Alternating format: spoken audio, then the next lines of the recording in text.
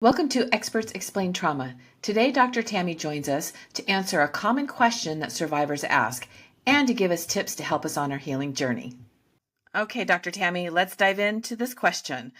What if my abuser wasn't always bad? Does that mean it wasn't really abuse? Okay. Absolutely. This is one that I'm familiar with. And this is often one that can it's a very, very common theme with childhood trauma, parental trauma, caregiver trauma, attachment trauma, like our first injuries, let's say. It's not, our first injuries by our parents, however, whatever flavor of neglect we got, hot and cold, it's all mixed, and that that really messes things up in our mind. Like That's a lot nothing of messes confusion. things up. Yes, it's very, very confusing. And I'm gonna say this to you, like get you to think about it this way. If someone gives you a drink, right? And like they give you water, like they're supposed to present you with this drink every day. The first day they give you water, you drink it, it's nice water, right?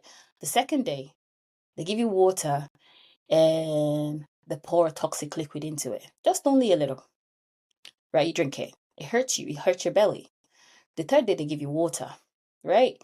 You're okay, you're still recovering from yesterday, your belly still hurt, but you need water because water is important. It's actually like one of our, if you don't drink, you will die, like literally. Yeah, the fourth day, they give you water again, but they pour something toxic into it, right? What do you say? You say that's not bad? That's Like, awful. that's awful. It's even more awful because now, like, you don't even know I what have day no am I idea. going to expect clean water? What day am I going to expect, like intoxicated or like, poisoned water or, water that has been played with? It still hurt you. It doesn't matter whether it's 10%, 5%. Someone hurt you, you're hurt. You're hurt. You're hurt. You're hurt. You're hurt. And so that's your answer. It doesn't matter how frequent, how regular. Like, it doesn't matter whether they are an angel one day and they're a devil the next. They hurt you. I struggled with that one a lot because that's how my one abuser was. Well, two of them, Hmm. hot and Yeah. cold, hot and cold. So Yeah. you walk around like you feel like Hmm. you're walking on eggshells because you don't know what to expect. Yeah. Yeah. You're constantly kind of in that. Okay, what am Hmm. I walking into? You're the Hmm. Hmm. Yeah. hypervigilance. Vigilance. Yeah. Mm-hmm. There's two ways to take someone's power away in what you do to them in the moment, in that sort of kind of like tampered with water, the water that has been played with, that's been intoxicated. And then the other way, which is secondary, but even sometimes more powerful, is the impact that you've left, the imprint that you've left in their nervous system. Is they Ooh. begin to doubt themselves, right? They begin to doubt themselves. Wherever they go, they don't have to take you with them, but Mm-hmm. they're taking you with them. Right? That's oppression. So oppression is in sort of kind of like, I'm going to oppress you, I'm going to slap you in the face, and that's it, done. Oppression is what they've done, the impact. They've made you doubt yourself. Like, am I making it up? Why always me? Why they're not even here? Right? They were not, like, they've created that doubt. They've oppressed the way, they've tampered with your sense of safety. We don't get that back easily. Right? That is It's so like true. we don't get, think about having a burglary, someone coming to steal from your house. It doesn't happen every day, but you Yeah. don't sleep the same anymore. Yeah, your life is different. It's never the same after Yeah, something like that. yeah, Yeah. yeah, yeah. And that's the same. So it doesn't matter, you know, um, good or bad. Actually, that person is toxic and, they know what they're doing. right? What Mm-hmm. they've done is what they've done. How you feel is how you feel. Someone tampers with your safety, they've hurt you. Right. Period. Period. Period. And you even asking this question is a what if. Look, what if is creating doubt, is uncertainty. No mind deals well with uncertainty. So the moment people start to make us feel uncertain about who we are, what we believe to be true, they've still hurt us. That's a different hurt in itself. It's difficult, but the abuse is one thing, but they've hurt your sense of self. They've hurt your ability to detect the truth. That's another type of hurt that you're having to deal with. So you need to recognize that that's the problem. You having to ask this question, that's a problem. That's a problem. That's another layer of grief. That's another problem you need to solve. I say, instead of all your what ifs about your abuse, whoever you are listening to this, don't ask what if, ask what is. What is my story? What am I feeling? Right? That's more certainty, right? Because chances are, how did this experience leave me feeling? What is that? It's a betrayal of my trust, right? What is? What am I noticing? So you shift that from what if to what is, we move forward. I love that. And we validate ourselves because if we're doing the what if, we aren't validating ourselves. We're We aren't questioning no, ourselves, we're right? Like you questioning said, ourselves. Yeah. we're doubting ourselves. Mm-hmm. So if we say what is, we're Mm-hmm. validating ourselves. But And it's yeah, so yeah, easy for us to dismiss it. Like, I think if we saw this on someone else, happening to somebody mm-hmm. else, we'd go up to them and clearly say, Yeah, you're being yeah, abused, right? yeah, But when it's yeah. happening to us, We can't do we that. question it. Right? We can't. Yeah, we question it because we can't see it. We can't see it. They've done that too. They don't want you to see it. They've done that. People That's will tell me all the fabulous. time in their healing, you know what? I would rather take someone who was consistently mean to me. I would rather take someone who, constantly, because this emotional abuse, this gaslighting, that's horrible. That actually almost sent me into psychosis. That created a different level. At least I know what I'm expecting. And this type of abuse are one of the most damaging, when it's good and bad, and it's the way, like, people describe, like, when it's coming from a partner, they describe it because it's so familiar, because it's come from our parents as well, the inconsistency. So when a partner is doing it, it's so inconsistent. Our nervous system is open to that inconsistency. It's like a roller coaster. It's a mixture of dopamine. It's a mixture of adrenaline. It's a mixture of, it's almost like it takes us on a chase.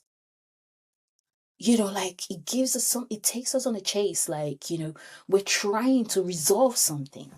Oftentimes, you might even it might collude with something that's happened with your parents, with sort of the way you've raised, that you're actually trying to resolve something in this sort of kind of like flicker of a switch, good and bad, good and bad, good and bad, good and Yeah. bad, because Yeah. that's what you've had with your sense of worth. If you carry a worthiness wound before this abuse, you've been trying to sort of prove your worth with your caregivers. You've been trying to say, I'm worthy. So, like, if a partner comes with that, like, your inner child is still trying to say, I can make you love me. I can prove my worth. Like, we're trying literally to fix whatever it is, the brokenness that we couldn't fix with our parents, our caregivers, and we're trying to do the same. So it's really, really bad. It's not ideal. And the clarity that you need lies in you. It's not in the other person. And you know what? When you've gone through this type of abuse, I'm gonna drop this here. I just wrote about this on my Instagram this week. Clarity is your love language. Clarity is your love language, period. Transparency, clarity, like, your nervous system needs that forever and evermore. Right? Whoever Amen. you meet, like, holy clarity, holy transparency, someone whose words meets their action. Like, if you ever, and like, there aren't a lot of people, but there are people who will give you that clarity. Clarity is your love language. Transparency is your love language. That's what your system needs to heal, because you're not just healing your mind, your person, who you are. You're actually, like, look at your nervous system. It's a mechanism. Right? This thing has got to build a way to trust again. So it's not flickering like that, because it's used to that. It's got capacity for confusion, right? We need to reset it. We need to sort of kind of work with it so we can sort of kind of know right from wrong, what's safe from what's not safe. You need trust. And it's going to take a while, right? But really, like when it comes to really thinking, is my abuser good or bad? Like they were good on some days. No, they were bad. Good on some days, bad on some days equals bad. Right. It's because you've got the inconsistency and you don't know what to Yeah, expect. yeah. It's kind of the Inconsistency. narcissistic kind of Yeah, yeah, relationships where, yeah. Inconsistency is abuse. yeah, Inconsistency is abuse. absolutely. Good one day, bad one day. That you wouldn't treat your plant like that. So you're not gonna say like, look, I'm gonna give you water, I'm gonna give you everything you need today. I'm not gonna do it tomorrow. I'm gonna give you today. You wouldn't treat a dog like that. I'm gonna give you food today. I'm not gonna look. There's nobody you're gonna treat like that. If you treat anything like that, it dies. So you survive this, and the consequences of you surviving it is the doubts in your mind. And I'm telling you, you are in charge of your mind. So, period, no argument. Any argument you're having is part of your trauma. This question is a traumatic question. It's that I can't argue it with you. I'm not going to go to sort of kind of like, there is no point in arguing it with you. It's part of the trauma. They did that. That's what, when people oppress us, they don't just oppress us in their actions, they implant that oppression into the way we start to see ourselves. So that's part of the trauma. A what if question. What if that's part of the trauma? It's a trauma question. It's a trauma response. It's a response to trauma question, if you know what I mean. So we treat it as one. That question you also need to heal from. The fact that, you're having to ask that question, you need healing from that question. You don't need an answer to it. You need healing from it.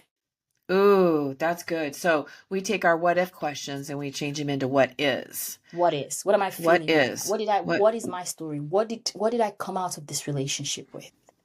From your Your, own perspective, not anybody else's, right? no, who else suffered that with you? Not even your therapist suffered that with Exactly. you. Exactly. Yeah, nobody suffered. Anyone who tells you otherwise, were they there? Well, The we only begin to start person, questioning, we start questioning our reality yeah, sometimes.